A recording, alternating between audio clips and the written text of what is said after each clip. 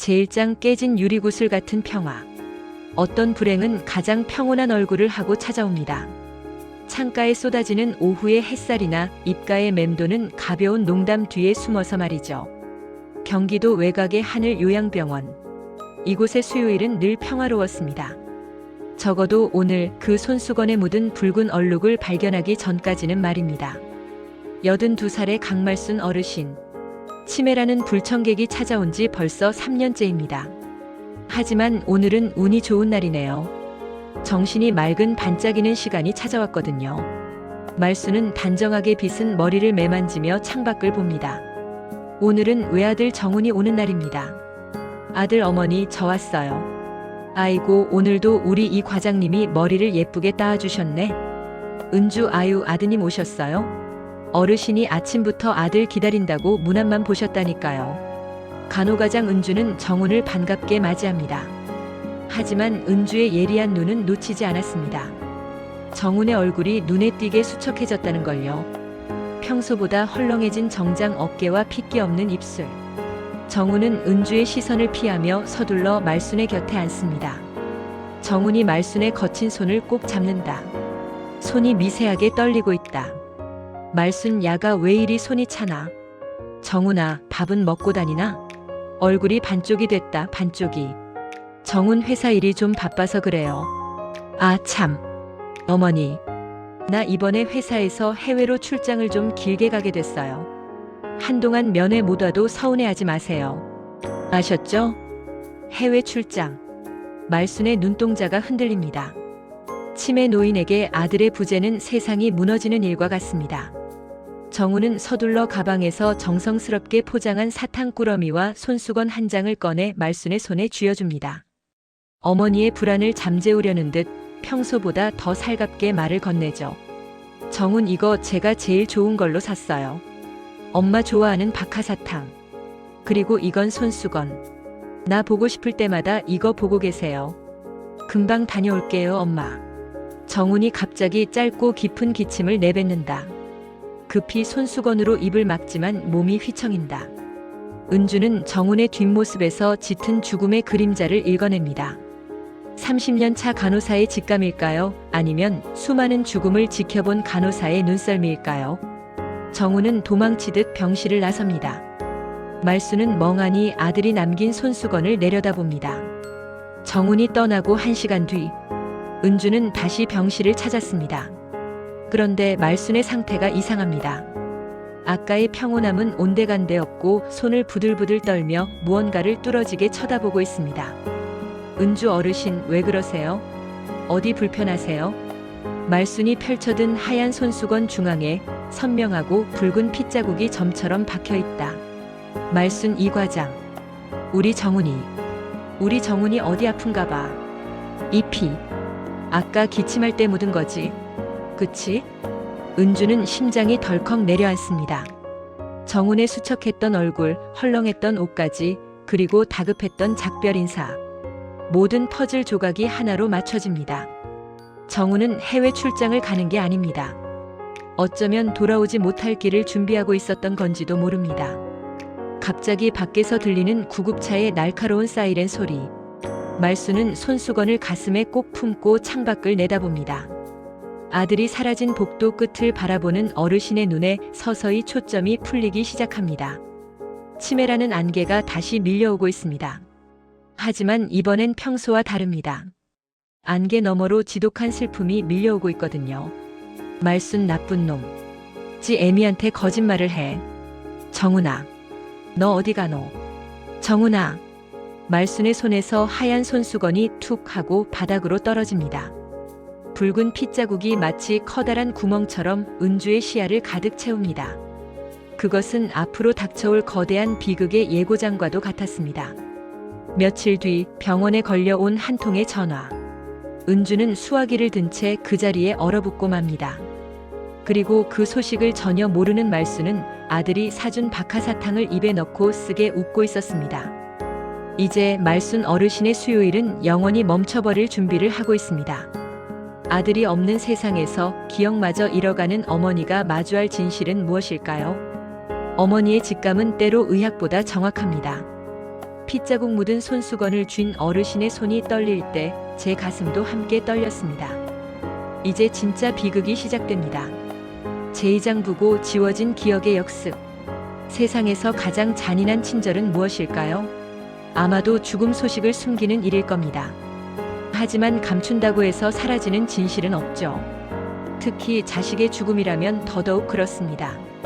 하늘 요양병원의 평화는 그날 아침 한 통의 전화와 함께 산산조각이 났습니다. 요양병원 스테이션 전화벨 소리가 요란하게 울림. 병동 간호사 네, 하늘정원 요양병원 삼병동입니다. 네. 말순 어르신 아드님이요? 그게 무슨... 세상에. 대장암 말기. 정훈 씨는 어머니에게 마지막 인사를 건네고 병원에 입원한 지 사흘 만에 세상을 떠났습니다. 사인은 급성 폐혈증.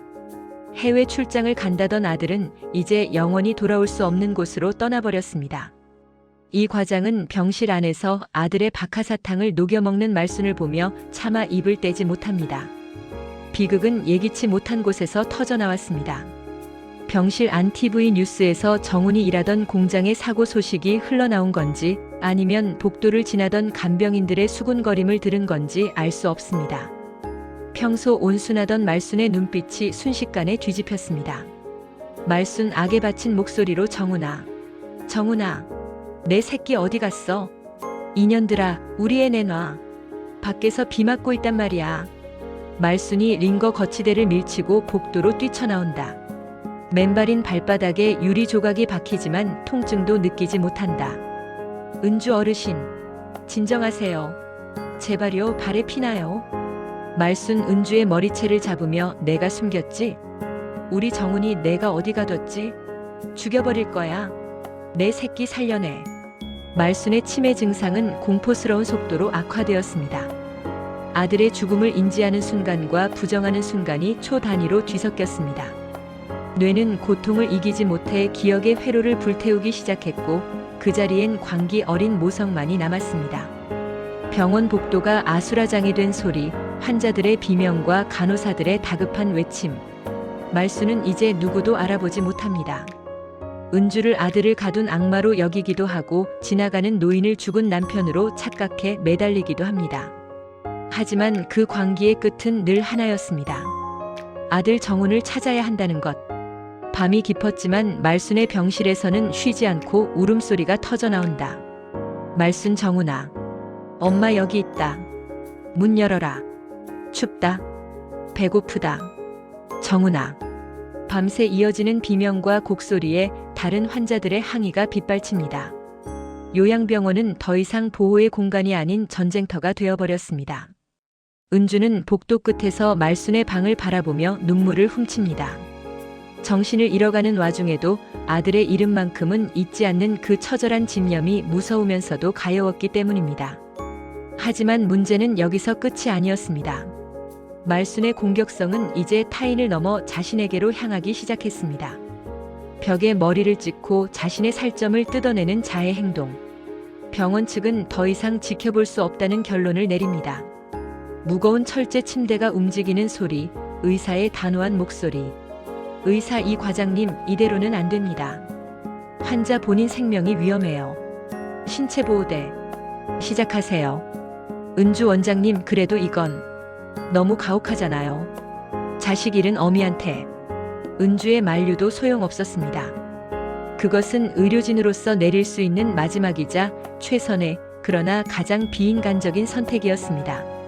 말순은 자신에게 다가오는 하얀 면 끈을 보며 짐승 같은 울음소리를 내뱉습니다.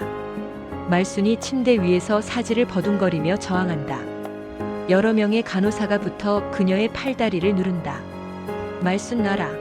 이거 놔라. 내 새끼 찾으러 가야 한다. 정훈이가 기다린다. 이 나쁜 년들아. 으아. 결국 말순의 사지가 차가운 철제 침대에 묶였습니다. 억제대라고 불리는 하얀 사슬이 그녀의 모성을 결박했습니다. 하지만 몸은 묶었어도 영혼의 울부짖음은 멈추지 않았습니다. 아니, 이제부터가 진짜 지옥의 시작이었습니다. 아들이 죽은 줄도 모르고 혹은 죽어서 더 찾으려 하는 어머니. 묶인 채 죽음만을 기다리게 된 말순 어르신의 눈동자에서 생기가 빠르게 빠져나갑니다. 과연 이 지옥 같은 어둠 속에서 말순은 아들을 다시 만날 수 있을까요? 자식을 잃은 어미를 묶어야 하는 간호사의 심정, 그리고 묶인 채 아들을 부르는 노모의 절규. 인간의 존엄성이 무너지는 그 지점에서 진짜 슬픔은 시작됩니다. 제3장 쇠창살 없는 감옥, 억제대. 사람의 손은 참 많은 일을 합니다. 자식을 업고 다독이며 따뜻한 밥상을 차리고 눈물을 닦아주죠. 하지만 지금 강말순 어르신의 두 손은 아무것도 할 수 없습니다. 거친 면끈에 묶여 차가운 침대 난간에 고정된 채 그저 허공을 향해 굽은 손가락만 비틀 뿐입니다. 신체 보호대 혹은 억제대. 환자의 안전을 위한다는 명목 아래 가해지는 이 합법적인 구속은 때로 영혼을 먼저 무너뜨립니다. 아들을 찾아 병원을 뒤엎던 말순의 광기는 이제 깊은 침묵과 겁으로 바뀌었습니다. 없는 세상에서 입을 열어 무엇 하겠느냐는 듯 말순은 모든 곡기를 끊었습니다. 은주 어르신, 이거 아드님이 좋아하던 소고기 미음이에요. 한 입만, 딱 한 입만 드셔보세요. 그래야 나중에 정훈 씨 만날 때 예쁜 모습으로 만나죠. 말순이 고개를 돌린다. 메마른 입술은 굳게 닫혀있고 초점 없는 눈에선 눈물 한 줄기가 귀를 타고 흐른다. 은주는 속이 타들어갑니다. 억지로 입을 벌려 미음을 넣어보려 하지만 말순은 그것을 다시 뱉어냅니다. 3일째입니다. 물 한 모금 제대로 넘기지 못한 말순의 몸은 급격히 쪼그라들었습니다. 풍선에서 바람이 빠지듯 생명의 기운이 눈에 띄게 줄어들고 있죠. 밤이 되면 상황은 더 처참해집니다. 묶인 손목과 발목에 피멍이 맺힙니다. 기억의 조각들이 깨진 유리처럼 뇌를 찌를 때마다 말순은 짐승 같은 울음을 토해냅니다. 아들의 이름을 부르던 목소리는 이미 쉰 지 오래라 이제는 바람 빠지는 소리만 병실을 채웁니다. 말순 거의 들리지 않는 목소리로 정. 훈아. 문 열어라. 엄마. 무섭다. 정훈아. 은주는 스테이션에 앉아 모니터 속 말순을 지켜봅니다. 묶인 채 발버둥 치는 그 모습이 마치 거미줄에 걸린 나비 같습니다. 30년 차 간호사로서 수많은 비극을 보아왔지만 현실의 비극은 대본보다 훨씬 더 차갑고 가혹하네요. 은주는 참지 못하고 말순의 병실로 달려갑니다. 병실 안은 지독한 슬픔의 냄새로 가득합니다. 은주는 말순의 곁에 앉아 묶인 손을 가만히 감싸줍니다. 끈에 쓸려 진물이 나는 손목을 보며 은주의 눈에서도 참았던 눈물이 터져 나옵니다. 이것이 진정 어르신을 위한 최선인지 아니면 우리 편의를 위한 폭력인지 은주는 스스로 묻고 또 묻습니다. 은주 어르신, 욕을 하세요. 이렇게 스스로를 말려 죽이지 마시고요. 정훈 씨가 하늘에서 보면 얼마나 가슴 아프겠어요. 네, 그때였습니다. 초점 없던 말순의 눈동자가 아주 잠깐, 찰나의 순간 은주를 향해 고정되었습니다. 그리고 떨리는 입술로 한마디를 내뱉습니다. 그 짧은 문장은 은주의 가슴에 대못을 박았습니다. 말순 눈물을 쏟으며 나 좀 죽여줘. 아들한테 보내줘. 죽여달라는 말. 살고 싶어 발버둥 치던 한 인간이 도달할 수 있는 가장 밑바닥의 호소였습니다. 은주는 그 자리에서 무너져 내립니다. 의료기기의 규칙적인 경고음만이 두 사람 사이의 정적을 깹니다. 말순의 생명 수치는 이제 위험선을 넘나들고 있습니다. 의사는 영양 공급을 위해 코줄비 위관을 삽입하자고 합니다. 하지만 은주는 압니다. 그것은 삶을 연장하는 것이 아니라 고통을 연장하는 일일 뿐이라는 것을요. 은주는 결단을 내려야 합니다. 병원의 규정과 간호사의 본분, 그리고 인간으로서의 도리 사이에서 말이죠. 은주의 눈에 상자 틈새로 삐져나온 낡고 노란 천 조각이 들어옵니다. 그것은 정훈이 죽기 전까지 소중히 간직했다는 자신의 베넷저골이었습니다. 은주의 눈빛이 흔들립니다.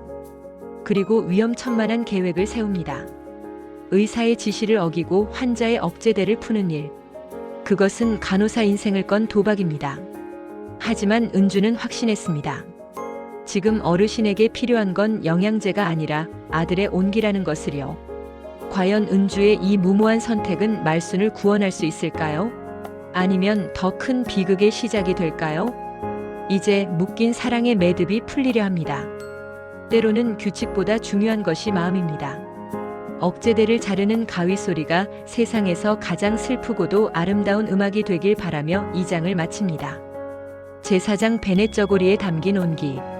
사람을 살리는 법은 교과서에 다 적혀 있지 않습니다. 때로는 약점보다 한 장의 낡은 천 조각이, 차가운 수액보다 사람의 체온이 더 절실한 법이죠. 병실 밖은 여전히 적막하지만 간호가장 은주의 심장 소리는 그 어느 때보다 거칠게 울립니다. 그녀의 손엔 날카로운 가위와 노란 베넷 저고리 한 장이 들려 있습니다. 은주는 숨을 죽입니다. 병원 규정상 신체 보호대를 무단으로 해제하는 건 징계 사유입니다. 하지만 묶인 채 서서히 말라 죽어가는 말순을 더는 두고 볼 수 없었습니다. 은주는 떨리는 손으로 말순의 손목을 옥죄던 하얀 면끈에 가위를 가져다 댑니다. 속박이 풀린 말순의 손이 힘없이 침대 위로 떨어집니다. 끈에 쓸려 짓무른 손목이 애처롭습니다. 은주는 그 거친 손을 자신의 따뜻한 손으로 감싸줍니다. 그리고 정훈의 유품 상자에서 꺼낸 50여 년 전의 베넷 저고리를 말순의 야윈 가슴 위에 가만히 얹어줍니다. 은주 어르신, 정훈 씨 왔어요. 정훈 씨가 평생 보물처럼 간직했던 옷이에요. 자기 어릴 때 엄마 냄새 난다고. 이거 보면서 버텼대요. 기적 같은 일이 벌어집니다. 아무리 불러도 대답 없던 말순의 손가락이 움직이기 시작합니다. 떨리는 손을 천천히 들어 그 낡은 저고리를 만져봅니다. 보풀이 일고 군데군데 해진 천조각. 하지만 말순은 본능적으로 알았습니다. 이것이 자신이 낳고 기른 그 아이의 살결이었다는 것을요. 말순을. 아이고, 내 새끼. 정훈아, 너 여기 있었니? 엄마가 미안하다. 너를 못 찾아서. 말순은 묶여있을 때 토해내던 그 짐승 같은 비명을 멈췄습니다. 대신 세상에서 가장 인자한 어머니의 미소를 짓습니다. 아들의 베넷 저고리를 코끝에 대고 깊게 숨을 들이마십니다. 기억의 안개가 걷히고 가장 행복했던 시절의 잔상이 병실을 채우기 시작합니다. 은주가 말순의 등을 받쳐 일으켜 세우고 말순은 아이를 안듯 저고리를 가슴에 꼭 품는다. 은주 어르신, 이제 아시겠죠? 정훈 씨 멀리 안 갔어요. 늘 어르신 곁에 이렇게 가슴속에 있었던 거예요. 말순 오냐? 이 과장 고맙다. 우리 애가 참 따뜻하네. 이제야 잠이 좀 오네. 절망의 끝에서 말순은 비로소 용서와 화해를 만났습니다. 자식을 먼저 보낸 죄책감, 지키지 못했다는 회한. 그 모든 무거운 짐을 베넷 저고리의 온기가 녹여내고 있었습니다. 은주는 그 모습을 지켜보며 말순의 굽은 등을 하염없이 쓸어내립니다. 두 사람의 오열이 밤의 병실을 적십니다. 하지만 신체 수치는 거짓말을 하지 않습니다. 심박동은 느려지고 혈압은 하강 곡선을 그립니다. 이것은 삶의 회복이 아니라 가장 아름다운 이별을 위한 마지막 불꽃이었습니다. 말순은 은주의 손을 꼭 잡습니다. 평생을 억척스럽게 버텼던 어머니의 손에 처음으로 긴장이 풀립니다. 심전도 모니터의 알람이 아주 낮고 느리게 울림. 은주 눈물을 삼키며 어르신, 정훈 씨 만나면 꼭 안아주세요. 고생했다고. 잘 키워줘서 고맙다고 전해달래요. 말순 눈을 감으며 편안하게 오냐? 그럴게. 우리 정훈이. 엄마가. 자장가 불러줘야지. 말순은 아들의 옷을 품에 안은 채 아주 작은 목소리로 옛 자장가를 흥얼거립니다. 억제대에 묶여 고통받던 시간은 이제 기억 저편으로 사라졌습니다. 이제 그녀에겐 아들의 온기와 평화로운 꿈결만이 남았습니다. 은주는 직감합니다. 이것이 말순 어르신이 지상에서 보내는 마지막 밤이라는 것을요. 사랑은 때로 죽음보다 강합니다. 그리고 그 사랑의 끝은 묶인 매듭을 푸는 자비로부터 완성됩니다. 수요일에 태양이 뜨기 직전 병실엔 기적 같은 고요가 찾아왔습니다. 심전도 모니터의 비프음이 길게 한번 울리다 멈춤. 말순 어르신의 손에서 힘이 빠지며 베넷 저고리가 침대 위로 툭 떨어집니다. 하지만 그녀의 얼굴은 더 이상 일그러져 있지 않습니다. 세상에서 가장 긴 소풍을 끝낸 아이처럼 그저 곤히 잠든 모습일 뿐입니다. 이제 은주는 마지막 작별을 준비해야 합니다. 비극의 절정은 슬픔이 아니라 평화입니다. 어머니가 아들의 베네쩌 고리를 안고 웃으며 떠날 수 있었던 건 우리 모두가 바랐던 작은 기적이 아니었을까요? 제오장 지지 않는 수요일의 꽃. 어떤 이별은 마침표가 아니라 쉼표입니다. 쉼없이 달려온 고단한 삶을 잠시 내려놓고 가장 그리운 품으로 돌아가는 휴식 말이죠. 강말순 어르신이 떠난 하늘 요양병원 병실엔 주인 잃은 침대 위로 눈부신 아침 햇살이 쏟아지고 있습니다. 어제까지의 비명과 절규는 간데없고 오직 깊은 평온만이 그 자리를 지키고 있네요. 간호가장 은주는 비어버린 침대 시트를 정리합니다. 어르신의 마지막 온기가 남아있는 듯해 손끝이 자꾸만 머뭇거려집니다.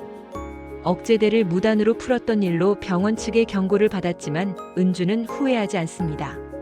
아니, 오히려 마음 한구석이 환해지는 기분입니다.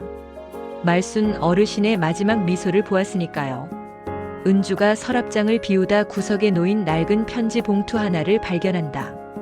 정훈의 유품함 밑에 소중히 숨겨져 있던 것이다.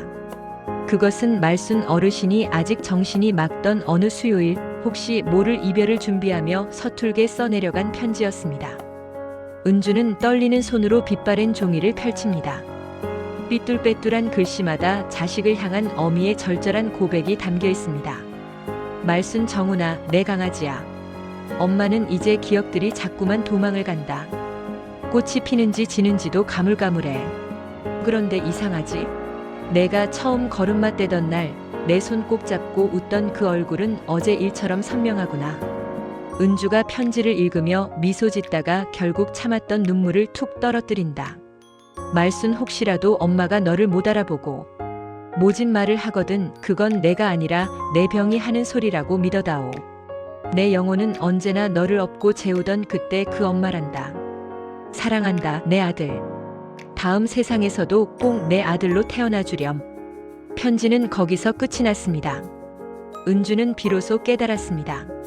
말순 어르신을 묻고 있던 건 하얀 면 끈이 아니라 자식을 먼저 보낼지도 모른다는 두려움과 미안함이었다는 것을요. 이제 그 매듭은 풀렸습니다. 아들의 베네쩌 고리를 안고 떠난 그 길 끝에서 어르신은 분명 정훈 씨의 손을 잡고 못다한 이야기를 나누고 계시겠죠. 치매는 기억을 앗아가지만 사랑은 앗아가지 못합니다. 뇌의 회로가 끊어지고 이름조차 잊어버리는 순간에도 심장은 사랑했던 사람의 온기를 기억합니다. 억제대에 묶여 죽음만을 기다리던 비극조차 결국 모성이라는 숭고한 이름 앞에 무릎을 꿇었습니다. 시청해주셔서 감사합니다. 구독과 좋아요는 드라마 제작에 큰 힘이 됩니다.